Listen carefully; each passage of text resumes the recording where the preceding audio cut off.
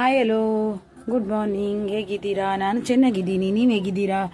ನಾನೀಗ ಒಂದು ಹೀರೆಕಾಯಿ ಪಲ್ಯವನ್ನು ಮಾಡಲಿಕ್ಕೆ ಹೋಗ್ತಾ ಇದ್ದೀನಿ.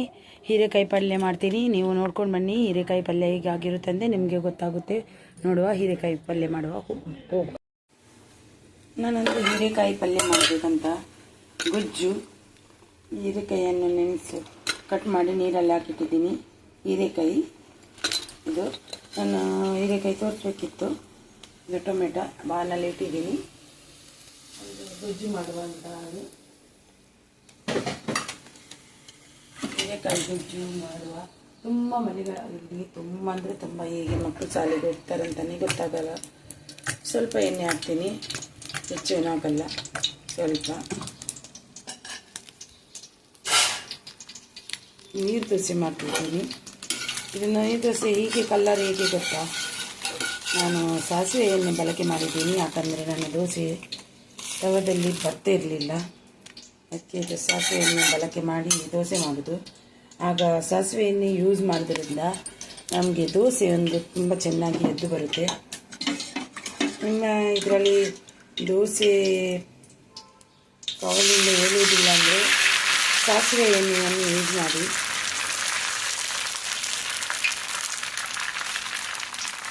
ತುಂಬ ಈಸಿಯಾಗಿ ದೋಸೆ ಮೇಲೆ ಬರುತ್ತೆ. ಇಲ್ಲಿ ದೊಡ್ಡ ತವ ಇಟ್ಟಿದ್ದೀನಿ. ತವಕ್ಕೆ ಸ್ವಲ್ಪ ಕಡಲೆಬೇಳೆ ಹಾಕ್ತೀನಿ, ಬಿಸಿಯಾಗುವವಣೆ.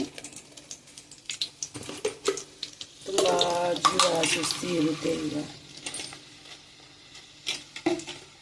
ಹಾಗೆಯೇ ಸ್ವಲ್ಪ ಜೀರಿಗೆಯನ್ನು ಹಾಕಿ, ಹಾಗೆಯೇ ಸ್ವಲ್ಪ ಸಾಸಿವೆ ಕೂಡ ಹಾಕಬೇಕು. ಸಾಸಿವೆ ಹಾಕಿ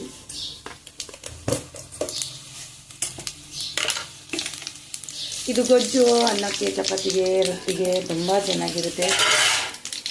ತುಂಬ ಅಂದರೆ ತುಂಬ ಚೆನ್ನಾಗಿರುತ್ತೆ. ಇದಂದರೆ ಎಲ್ರಿಗೂ ಗೊತ್ತು.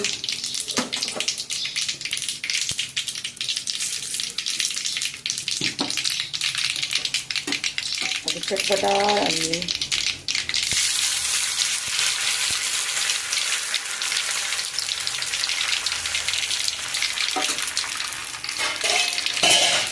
ಅದು ಚಟ್ಪಟ ಅನ್ನುವಾಗನೇ ಇವಾಗ ಒಂದು ಕಾಯಿ ಮೆಣಸು, ಒಂದು ಈರುಳ್ಳಿಯನ್ನು ಹಾಕ್ತೀನಿ. ಸ್ವಲ್ಪ ಬೇಯಿಸಿದರೆ ಸಾಕು, ಹೆಚ್ಚೇನು ಫ್ರೈ ಆಗಬೇಕಂತೇನಿಲ್ಲ. ಒಂದೆರಡು ನಿಮಿಷ ಅಷ್ಟೇ, ಅದಕ್ಕಿಂತ ಹೆಚ್ಚು ಬೇಡ. ಅದೇ 2 ನಿಮಿಷ ಸಾಕು. ಅಲ್ಲಿಗೆ ಟೊಮೆಟೊ ಹಾಕ್ತೀನಿ. ಟೊಮೆಟೊ ಕೂಡ ಸ್ವಲ್ಪ ಬೆಂದರೆ ಸಾಕು, ಹೆಚ್ಚೇನು ಬೇಯಬೇಕಂತೇನಿಲ್ಲ. ಸ್ವಲ್ಪ ಅದು ಅದರೊಟ್ಟಿಗೆ ಬೇಯುತ್ತೆ. ಸ್ವಲ್ಪ ಬೇಯಿದ್ರೆ ಸಾಕು.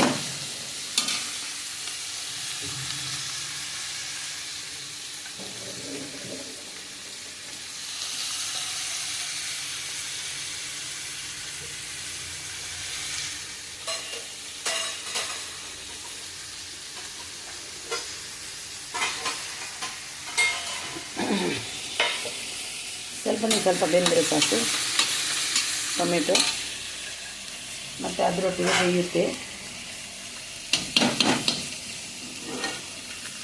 ಮಕ್ಕಳಿಗೆ ನೀರು ದೋಸೆ ಅಂದರೆ ಅಷ್ಟು ಇಷ್ಟ ಇಲ್ಲ, ಆದರೂ ಕೊಡುವಂಥ ಪರಿಸ್ಥಿತಿ.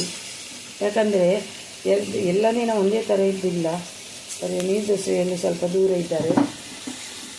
ಇಡ್ಲಿ ಅಂದರೆ ದಿನ ತಿಂತಾರೆ, ಇಡ್ಲಿ ದಿನ ತಿನ್ನಬಾರ್ದು. ಯಾಕಂದರೆ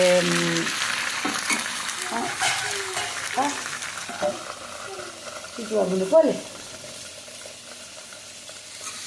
ಇಲ್ಲಿ ಆಗ್ತಾ ಉಂಟು. ಇವಾಗಲೇ ನಾನು ಹೀರೆಕಾಯಿಯನ್ನು ಹಾಕ್ತೀನಿ.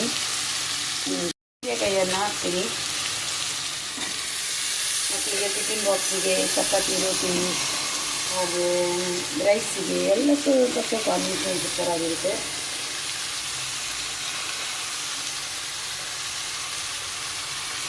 ನಿಮಗೆ ಇಷ್ಟು ಅಷ್ಟು ಮಾಡಿ ನಾನು 2 ಹೊತ್ತಿಗೆ ಮಾಡ್ತಿದ್ದೀನಿ.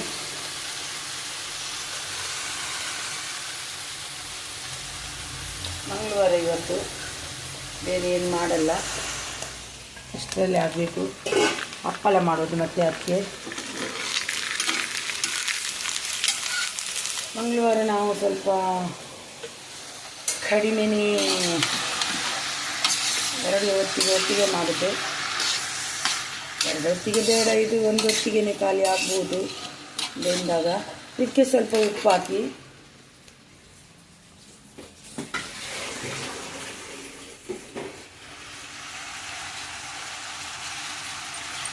ಬೇಯಿಸಿರುವ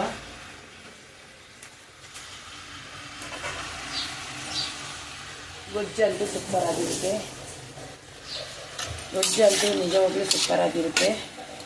ಇದು ಸ್ವಲ್ಪ ಹೈ ಫ್ಲೇಮಲ್ಲಿ ಒಂದು 2-3 ನಿಮಿಷ 5 ನಿಮಿಷ ಬೇಯಲಿ ಹೈ ಫ್ಲೇಮಲ್ಲಿ, ಮತ್ತು ಲೋ ಫ್ಲೇಮಲ್ಲಿ ಬೇಯಿಸುವ. ನೋಡಿ ಇಲ್ಲಿ ನೀರು ಬಿಟ್ಟಿತ್ತು ನೋಡಿ. ಇದು ಎಂತ ಗೊತ್ತಾ, ಈಗ ನಾವು ಲೋ ಫ್ಲೇಮಲ್ಲಿಡುವ ಸ್ವಲ್ಪ ಹೊತ್ತು.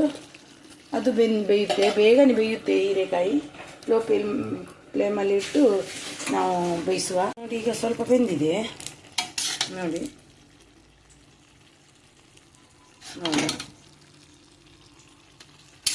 ನೋಡಿ ಬೆಂದಿದೆ.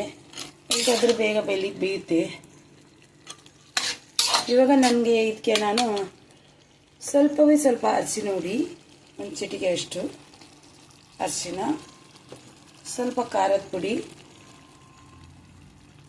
ಖಾರ ಇದೆ ಇದು ಸ್ವಲ್ಪ ಕಡಿಮೆನೇ ಹಾಕಿ ಖಾರ ಇದ್ದರೆ, ಸ್ವಲ್ಪ ಧನಿಯಾ ಪೌಡ್ರು.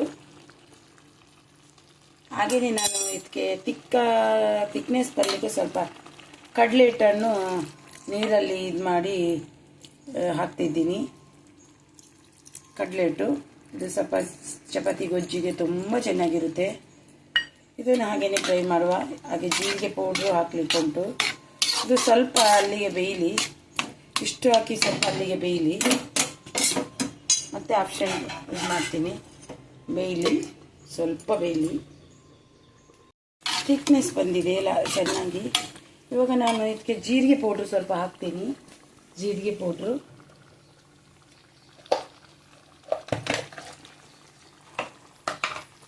ಸ್ವಲ್ಪ ಜೀರಿಗೆ ಪೌಡ್ರು ಯಾಕೆ ಹಾಕೋದಂದರೆ ತುಂಬ ಟೇಸ್ಟ್ ಆಗಿರುತ್ತೆ ಅನ್ನೋ ಕಾರಣಕ್ಕಾಗಿ, ಅದಕ್ಕೆ ಮಾತ್ರ. ಇದಕ್ಕೆ ನಮಗೆ ರುಚಿಗೆ ತಕ್ಕಷ್ಟು ಸ್ವಲ್ಪ ಇನ್ನಷ್ಟು ಗಟ್ಟಿಯಾಗಿ ಬರುತ್ತೆ ಅದು. ಅದಕ್ಕೆ ರುಚಿಗೆ ತಕ್ಕಷ್ಟು ರುಚಿಗೆಲ್ಲ ನೀರನ್ನು ಒಂದು ಸ್ವಲ್ಪ ಹಾಕ್ತೀನಿ ನಾನು. ಅದು ಚೆನ್ನಾಗಿ ಬೇಯಲಿ. ಥಿಕ್ನೆಸ್ ಆದರೆ ತುಂಬ ಥಿಕ್ನೆಸ್ ಆಗುತ್ತೆ. ಸ್ವಲ್ಪ ನೀರು ಹಾಕಿ ಇನ್ನೂ ಸ್ವಲ್ಪ ಒಂದು 10 ನಿಮಿಷ ಬೇಯಲಿಕ್ಕೆ ಇರ್ತೀನಿ. ನೀವೇ ಹಾಗೆ ಮಾಡ್ತೀರೋ ಅಂತ ಗೊತ್ತಿಲ್ಲ. ಇದು ಮಗನಿಗೆ ಚಪಾತಿ ಮಾಡ್ತಿದ್ದೀನಿ ಟಿಫಿನ್ಗೆ. ಇದು ಇನ್ನು 10 ನಿಮಿಷ ಬೇಯಲಿ.